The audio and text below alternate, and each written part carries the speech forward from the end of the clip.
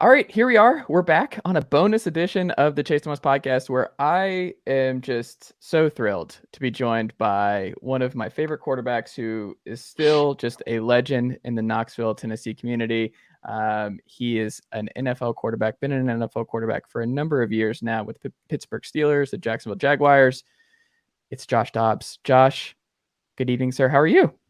I'm good, Chase. How are you? Thanks for having me on today. Thanks for being here, man. Thanks for being here. Are you staying busy? Are you nervous? What's going through your mind this week? Are you keeping up with all the NFL free agency news? Are you keeping up with everything going on with different teams, or do you try to like take a break and not try and look at all of it and keep up with it at once? I try to take a break, not always look at it. Obviously, just the world we live in, your phone's gonna go off and buzz with ESPN notifications or every time you get on Instagram. So I see the news, but I kind Hmm. of just keep my phone on loud, talk to my agent, and just play it by ear from there. Are you excited about what's to come? Are you excited about the future? How are you feeling right now? Yeah, I'm excited. I think there's a wealth of opportunity out there. For me, it's just finding the spot that you're going to get that opportunity to showcase your skill set. And so I'm excited to search for that. It's been great dialogue, with the Pittsburgh Steelers as well as other teams that my agent has been in dialogue with. So I know God has a plan. I'll be excited to see where we end up and what the next step is for my career. Exciting. I'm curious because I'm always curious about off-season habits. So I talk to a lot of Yeah. coaches and I learn about like how they get away from football and how they take a break because of just the grind and the tape and just the work you have to do every single day during the year to stay ready. What do you do though? Like with it being middle of March right now, what do you do during the off season to just kind of clear your head and just to get right? What do you do for fun? What do you do? So, usually when the off season starts, this is exactly what you said. It's just a built up, um, a long year, Hmm. mentally, physically. Every year is really is a whole life of its own. So when the season ends, I like to take some time off, visit with my family, hang out, travel, take a trip, get away, relax, recoup. And then I like to map out my off season. So I Hmm. usually, you know, have enjoyed doing some experience in the engineering world. So the last couple Hmm. off seasons, I spent some time with NASA.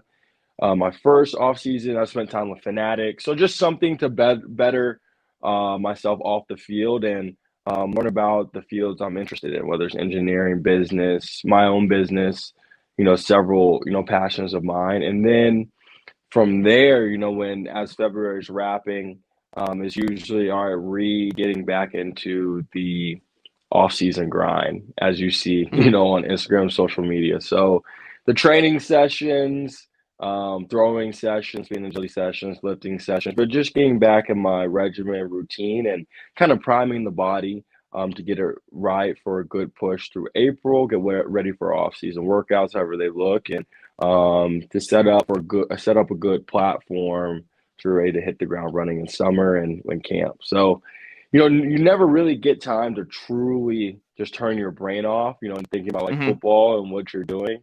But through various trips, whether it's a weekend trip, a family trip, just vacation, you do get time to get away and kind of rejuvenate yourself for the upcoming year. Where's your favorite vacation spot you've taken thus far in your NFL career? Okay, so the last 2 years we've Hmm. gone down to Cabo in Mexico. So I went Okay. last summer for July 4th, a little bit during the middle of COVID. So there's a Hmm. lot of restrictions going on down there. I went then, and then I actually went back a couple weeks ago, last month. Hmm. Went down with some friends, and that's probably my favorite spot because it's really relaxing.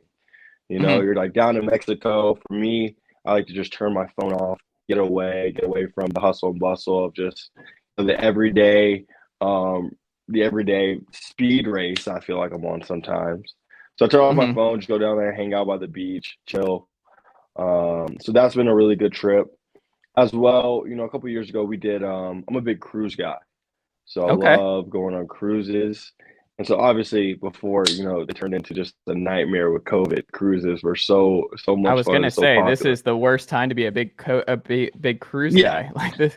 Yeah, it hasn't been fun the last two off seasons not getting my cruises, but we did the European cruise a couple off Hmm. seasons ago, which was a lot of fun. So we flew to Barcelona, and then we saw Spain, France, and Italy.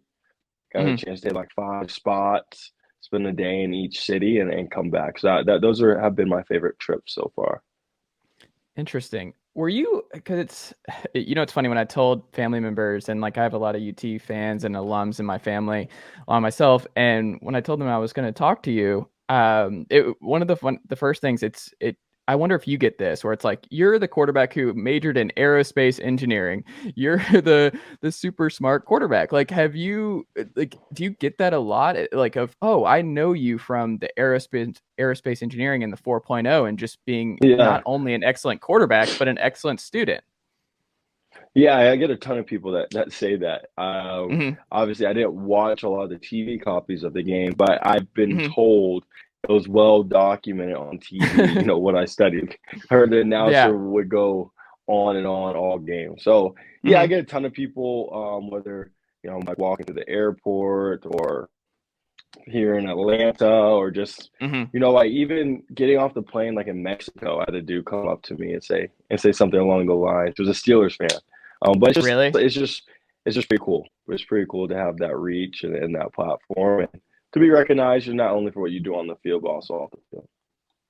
Did you always want to study that? Like for me, I mean, I grew up wanting to be in journalism and wanted to be a sports Hmm. writer and all that kind of stuff. Like I've always known what I wanted to do, but did you always want to get into aerospace engineering? And you're in this interesting boat where you have these different aspirations, right? Like you said, you worked at Fanatics for a little bit. You have your own business. You Hmm. majored in aerospace engineering. Like you have all these different things. Do you have like a hierarchy of what was the most interesting to you? Were you just a good athlete and a good quarterback? And then you're like, wow, I can do something with this, but aerospace engineering and NASA was actually my first love. Yeah, I've had a lot of passions. I was blessed Hmm. with two supportive parents that Hmm. encouraged me to pursue my passion. So growing up, I'm the only child. They got me involved in sports early, playing football, baseball, and basketball. They also pushed me in the classroom, as any student athlete. To achieve the same greatness that you set for yourself on the field as well as in the Hmm. classroom. So I figured out early I was really good at math and science. Loved aviation, loved Hmm. engineering. So that's where kind of like that passion came from. But at the same time, I mean, I was playing sports competitively. So I identified I was a really good athlete and knew if I worked hard enough, I could achieve whatever I wanted on the field as well. And then from there, I've always thought outside of the box. And, my goal has always been to own my own company growing up. So that's Hmm. been a great off-season project I've been working on and establishing not only that, but my foundation as well. So I don't know. I established those passions when I was young. And then, really, I think, a lot of times people like try to tell you, you only can do one thing, or you kind of have to Hmm. put yourself in a box. And my story is pretty cool because I like to show people like you don't have to do it. Whatever you're Hmm. passionate in, like you're passionate in journalism. If you have another passion too, you work hard enough, you have a plan that's extremely important, but then you go out and you execute that plan, then you can really do and achieve whatever you want.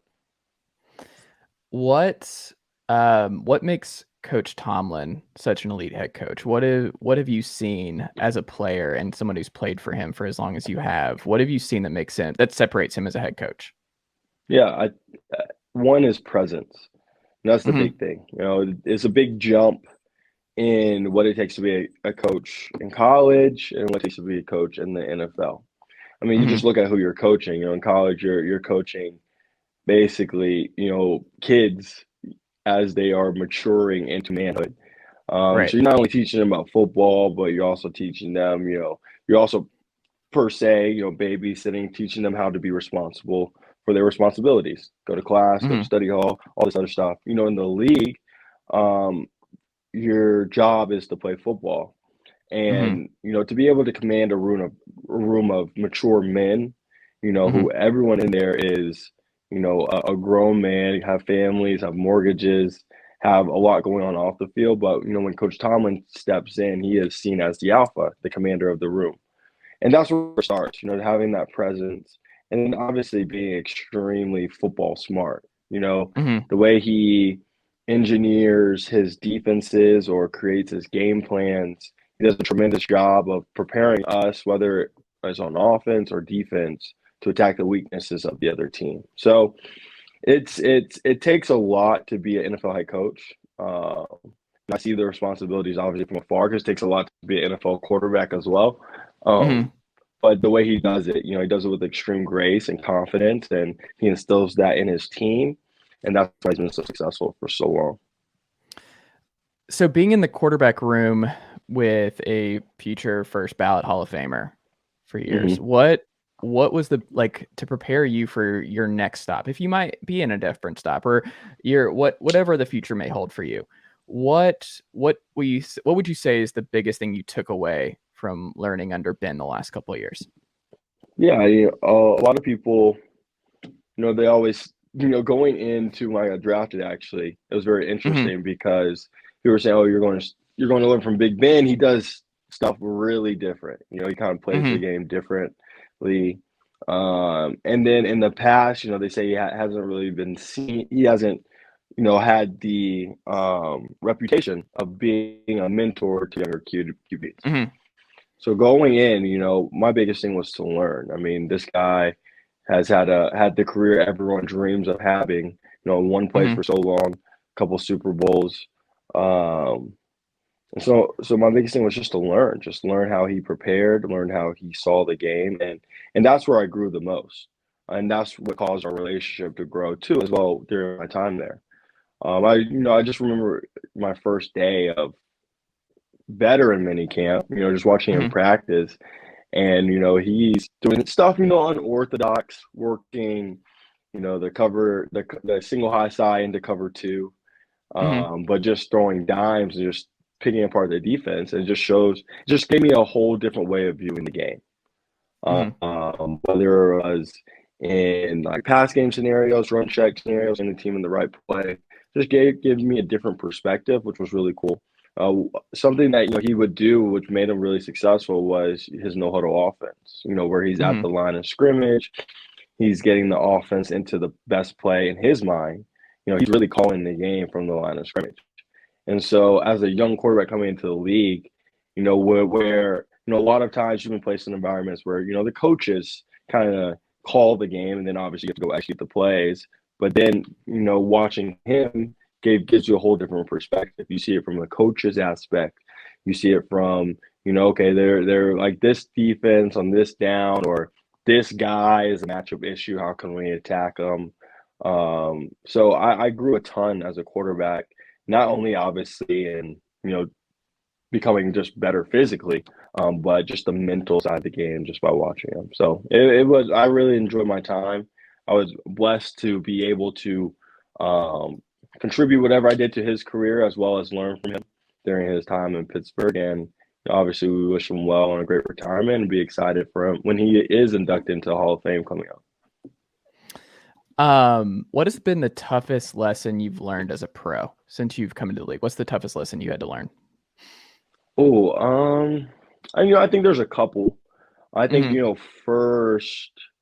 First, you realize the level of difficulty at the NFL and how minuscule not level of difficulty, excuse me, the level of parity between the talent Mm-hmm. level at the NFL. Is very minuscule. Everyone out there is really good. Whether they come from the University of Tennessee, Florida, Mm-hmm. played SEC ball, or whether they played, D2, D3 ball, if they're on that field, they're supposed to be there. And so Mm-hmm. you have so much a different level of respect for the game and the players that you're playing against, and in your preparation to compete against, the top really 1,500 athletes in the world per se. So Mm-hmm. that was first. I think second, you learn just how much of a business football is. Um, you grow up in high school where you're playing against playing with and against everyone you grew up with, your best friends, people you go to school with. Then college, of course, is a little bit more of a business, but at least everyone's the same age group, and you go through a certain level of adversity in order to get to game day in college. But the NFL is completely different.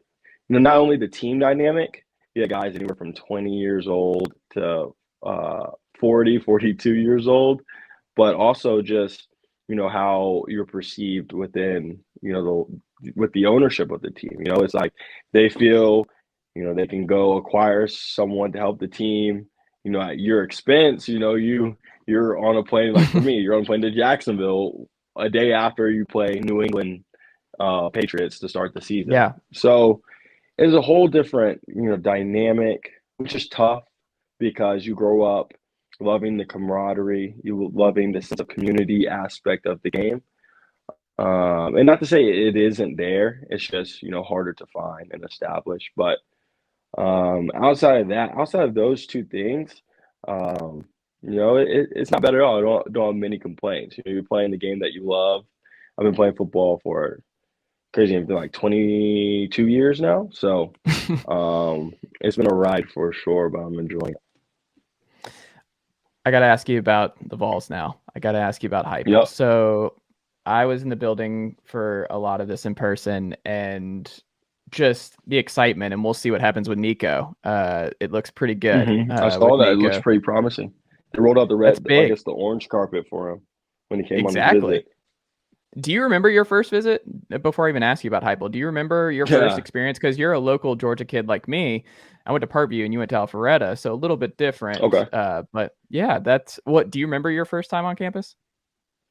Yeah. So my first time on campus, I came up before I started playing varsity ball. So my sophomore year, I came up to visit like a spring game, and I wasn't getting recruited. It was just, when they let high school people reach out, they let you just come see the game. I think I was with a big group of people and we were late. So I got there in the fourth quarter of the spring game. So I didn't really see anything at all. But at least I saw Neyland per se. So we were there for literally a day and then left. So then after that, I started playing varsity. And so at the end of my senior year, going to my senior year, Dooley was the coach and he recruited me a little bit, but didn't offer. So I never visited. And then Coach Jones called me and offered on his first day on the job. And so a part of that was obviously taking an official visit. So Coach Bajakian was my OC, and he would send Coach Jake to my school literally every time he was in the state of Georgia. So obviously recruiting is their first class. So he was hired in December, and I ended up visiting January 26th. So it was my birthday weekend. And between that month spread, I think Coach Jay came to my school like 10 times, which is a ton. Oh, wow. So it was there a ton. I got a chance to meet him. I was committed to Arizona State at the time, not really considering Tennessee because I had never been there, and they just started showing interest, and it was a month before signing day. So I remember it's the weekend of my 18th birthday, January 26th weekend that year. It's Friday, and I was playing baseball for the high school. So I had baseball practice right after school, and Tennessee invited me up for an official visit, last weekend of official visits. And I wasn't going to go because I visited 4 other schools the weeks before. I was tired. I just wanted to hang out at home and enjoy my 18th birthday. So I was like, I'm just going to go to Arizona State, kind of call it a day, go from there. My parents, I'm laying down after practice. They drag me out my room, put me in the car. We drive up to Tennessee, and, they said, this school is going to show this much effort and this much commitment to you to be their quarterback. Who are we to turn down at least the opportunity to go see the university? So we drove up to Tennessee, and, first dinner was at the Sun Sphere. The next day, we saw all of campus from the engineering building to Neyland Stadium to the complex to everything. We actually had dinner in Neyland Stadium. They had a birthday cake for me. And this was crazy. Okay. I'm very specific about my birthday cake. I only like chocolate cake with white icing. And somehow Coach Jones figured that out. And I only like it from Walmart. Like that's the only where I'll eat the cake from. It has to be that cake. And Wait, so he hold on. went. Have you like gone around, just tried different places, and you're like, this doesn't work for me? I've Yeah, I've tried. been Like you're eating. like I mean, Walmart only works. I've been eating cake since I was like 4. Yeah. And that's the only cake I'll eat for my birthday. If I go to someone Uh-huh. else's birthday and they have like cake from Publix, I won't eat it because it's not Yeah. Walmart. It's not serious. It's that serious. So Coach Jones found out that was the only cake I liked and went and Uh-huh. got the cake for my birthday in Neyland Stadium. And it just showed the touch of like, okay, I like actually care about this guy to actually figure out what type of cake he likes for his Uh-huh. birthday. And I didn't only get that sense from Coach Jones. I got that sense from all around campus. It really felt like Hmm. home, felt like family. So that was my first impression of Tennessee. And I ended up decommitting on the day before signing day and committing to Tennessee. And then people always ask, like, what was your first game in Neal? The first game in Neal was like my first game as a Tennessee football player playing Austin Hmm. Peay. I had no clue what ball walk was. I had no clue what running out of the tee was. I just was just taking it all in for the first time, brand new to the scene. That's wild. Have you been in contact at all with Hendon with what he's I doing have, this past year? Hmm. yeah, and I was so excited to see how well he played this year. Hmm. I talked to the QBs briefly last spring when I was up on campus. And so going into then, obviously it was a QB competition. And Yeah. so Joe Milton wasn't there, but it was expressed with them just compete, let the best man win, and support Hmm. each other obviously through that. Um, and so to see how well he's done, the transition he's made, and just how he's provided a spark, in that offense was exciting to see this year. And really, they can do whatever they set out to achieve this year. I'm excited to see how he plays. But he's definitely been on my list to stay in contact with and just check in, and definitely rooting for him. He seems like just a great kid, and his He story, I don't does. know if he's like his brother, I think's a player. I don't know if he's still there, but NCAA or NCANT, I'm pretty sure because his Okay. dad played there as well. But yeah, so it's in the family. But he has like he didn't even meet or like he came in after or before Heupel was hired, and he was like in this weird blip in January, and it's Yes. amazing how timing works. Like he wasn't even like he didn't sign up to play in Heupel's offense, and then of course now he's a Heisman candidate the following year. You never know how life's going to go, right? Like it's Exactly. wild. It is. It definitely. It was just cool to see, just in general, right? Hmm. You're never really in control always of, Hmm. the circumstances you're placed in, right? You're never really in control of when you get an opportunity, but all you are in control of is, if you're prepared to take advantage of that opportunity, and that's exactly what he was able to do. What do you think is the most fun part of being a quarterback in Heupel's scheme? When you think about what kind of scheme he's running versus Yeah. what you've run in the past, what is the best part about being a quarterback in that scheme? Well, they spread the game out. They make it so easy, and so it allows you to make quick decisions. Just identify the one-on-one matchup, and so it's cool to Hmm. see. It's like too high. They're running it, and because of the splits, the way they take advantage of every inch of the field, you Yeah. have an advantageous box, a good run look. So whether you're running the ball, or running back's running the ball, at some point it's gonna be one-on-one with a guy in space, and then they play single high, and now you got your best receivers matched up one-on-one on the outside, which is a pretty efficient way to play the game. So we're able to Yeah. do that. Obviously, we've seen them; they play extremely fast, but allows you to have the defense on their heels, take advantage of what they're giving, even take advantage of their fatigue. Um, so no, the offense is fun to watch. We had to play against it when we played High Point at Missouri, Yeah. and we were in a shootout my senior year versus him. So seeing the offense is very QB friendly, QB centric, which is Hmm. exactly what you need to compete in the SEC.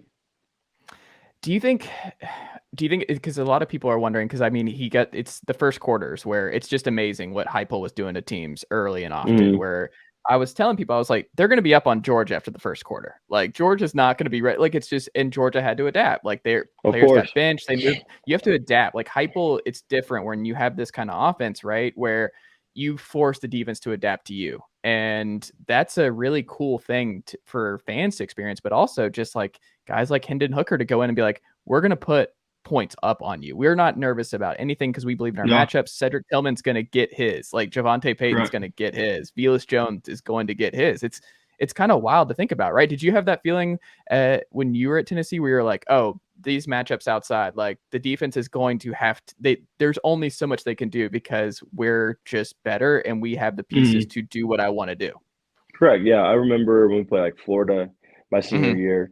The touchdown to Juwan, it was Yeah. the exact same instance. We kind of knew when they were going to play man-to-man coverage, and we have been talking about it all week. If we get, it was actually ironic. We said if we get Malone matched up on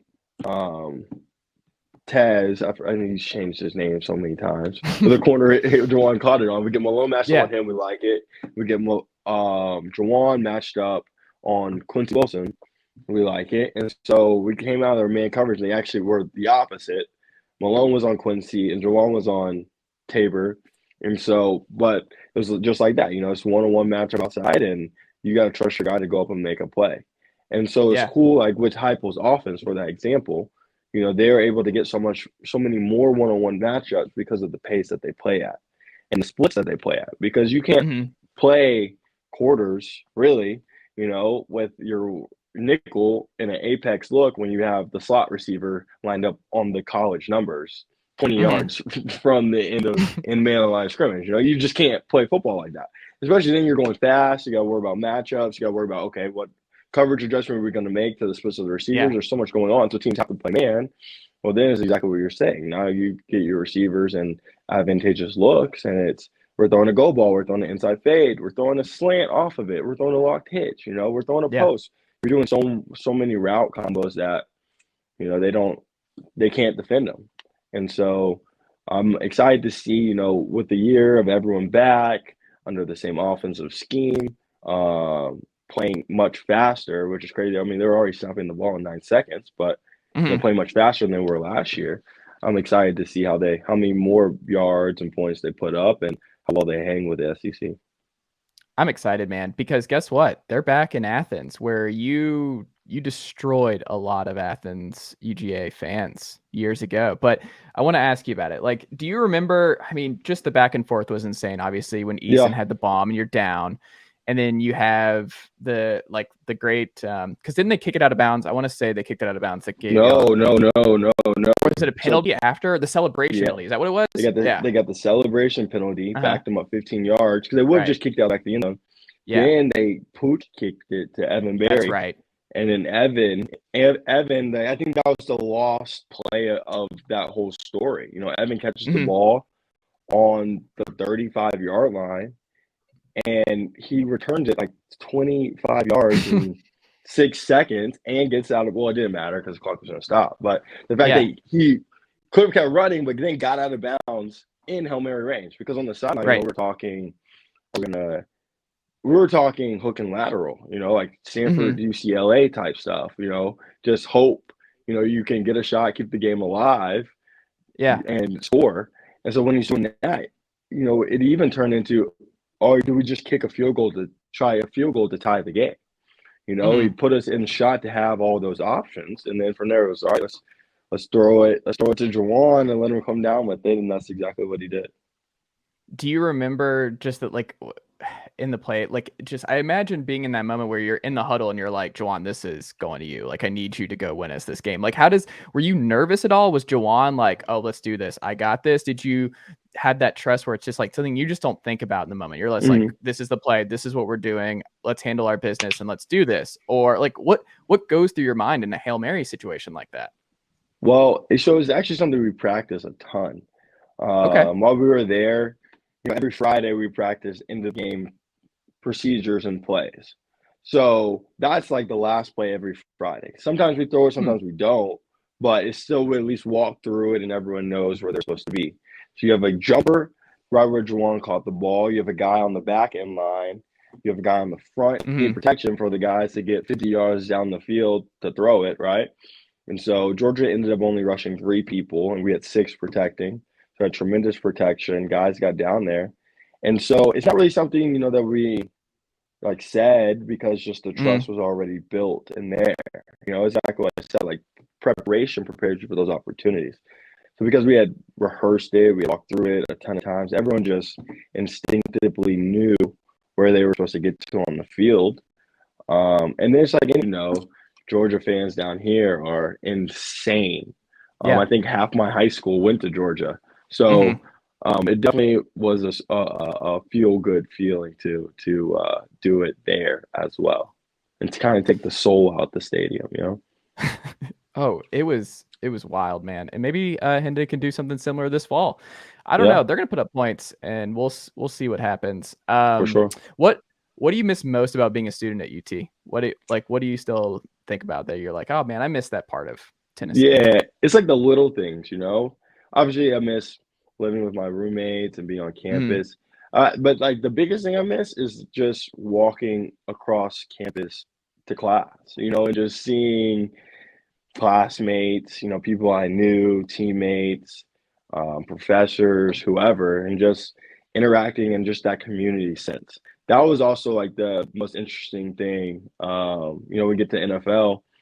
It's because like when you're in college, right? You finish class, you walk across campus, you see everyone, you get to the complex, you're in there, but there's still like there's other athletic teams coming in and out. So you're still seeing people across campus, mhm. and in the NFL, it's just the Steelers at the complex. So there's Yeah. there's there's none of that sense of camaraderie, community. And then when you're in season, I mean, as we talked about, it's such a grind. When practice ends, you go home, you watch some film, you go to sleep, you wake up, you come back, and you do the same thing over and over. So I miss that sense of community, where you're just walking across campus and seeing everyone that you know. You miss your teammates because you spend so much time together in college. Guys that I'm still friends with, you come in as an 18-year-old, especially for me, I was the only child. I didn't get out the house much in between school and sports growing up. So, um, you just miss, those opportunities just to hang out with your buddies, guys that whether you live together, whether you spent so much time together running an enormous amount of 110-yard sprints at the complex, where you sweated together, where you bled together. And then at the end of the day, ultimately, where you competed on game days with those guys, Mhm. college ends and then everyone goes their separate ways. Guys go to the league, guys move on. And it's so hard to be able to see everyone and catch up about old memories. So I miss that aspect of it. Obviously, I miss the excuse to wear orange every day too, as well. No, you Um, can still wear orange every day in still Pittsburgh. You go. can still do I that. gotta Yeah, you can still do sprinkle it that. in. I gotta Mhm. sprinkle it in a little bit, but Yeah. yeah, man. Of course, there's a lot of stuff I miss. I don't miss closing down the library every day. I'm Oh, glad. I was just I'm there last glad night. we were you really? Yeah. Yeah, I So was I at was I Hodges was last I night. lived there. Club Mhm. Hodges, that's what we called it. Club Hodges. Club Man, Hodges. I don't think much has changed there since you were there, No. man. It's still the same kind of deal. Outside of there being during the COVID times with people watching, like you can't do food and drinks, even though they had the Starbucks on the lower level. So you can Yeah. get the Starbucks, but then you have to like leave with it. So it's like, why would I get a coffee if I can't go up to the library with my coffee? What That was coffee? something. Yeah. That was a wild time where the police on how much coffee we were allowed to have or watching that was a weird time last year. But what's your favorite cheat meal, Josh? Like we know you like Walmart cake, chocolate cake Walmart with white cake. icing. Yeah, but Yeah. like what's your cheat meal? What do you like? I don't have a huge cheat meal. I have like Hmm. snacks that I absolutely Okay. devour. And when I eat them, I inhale them. I Uh-huh. love Garrett's gourmet popcorn, the Okay. cheese, the cheddar Hmm. cheese. I get the Big Tens, and I probably get it's probably bad to admit. I get the family size 10, probably like one every 3 weeks, and I just Uh-huh. devour it. Just sitting at Oh home, wow. just demolish it. And then to go with that, a great mix, you get the Albanese gummy bears, and Uh-huh. it's the best mix ever. So those are my I'm a two big gummy things. bear guy. Yeah, Yeah. those are fire. They got great flavor. I can't do the pomegranate one, but outside of that, they're really good. You put them in the freezer, take them Hmm. out after an hour. They're a little frozen, a little hard. Dangerous. Okay. last question. We'll wrap here, Josh.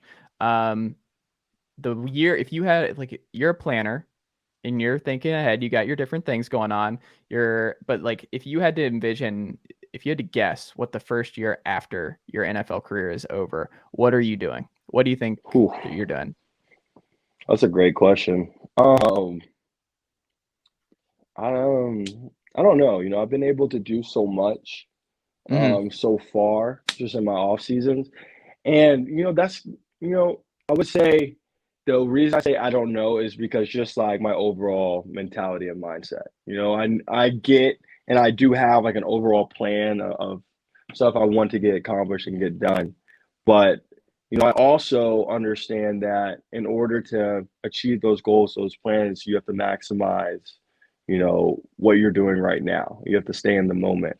And so that's what I'm doing. I'm working and growing and building to those plans. So as we said, I've built my business. I'm working on building my Astro business off the field. I've established my foundation in the last month, where we're actually having found our first fundraiser coming up this spring. We'll be Awesome. hosting a VFL golf tournament at Tennessee National. We'll have a Okay. concert as well, open to the public. More details will definitely come out soon on the Hmm. concert. We'll be excited to announce who's performing. And so finding ways to grow the foundation in order to create opportunities for the youth in the areas that impacted me. Not only that, also continuously pursuing my engineering career. So I don't know. I got a lot of moving parts. So I don't, and as I said, I don't like to be, boxed into one thing. Yeah. So to say what I will be doing my first year out, I don't know. It's a mystery to both me and you, Chase, but I do know it'll be something very productive and exciting. I have no doubt in my mind. I have no doubt in my mind it will be that, Josh. Well, how do the good folks, as we wrap up here, how do the good folks support your foundation and support everything that you're doing in your business? How do they support For you? sure. So our foundation is called Extraordinary Dobbs Foundation.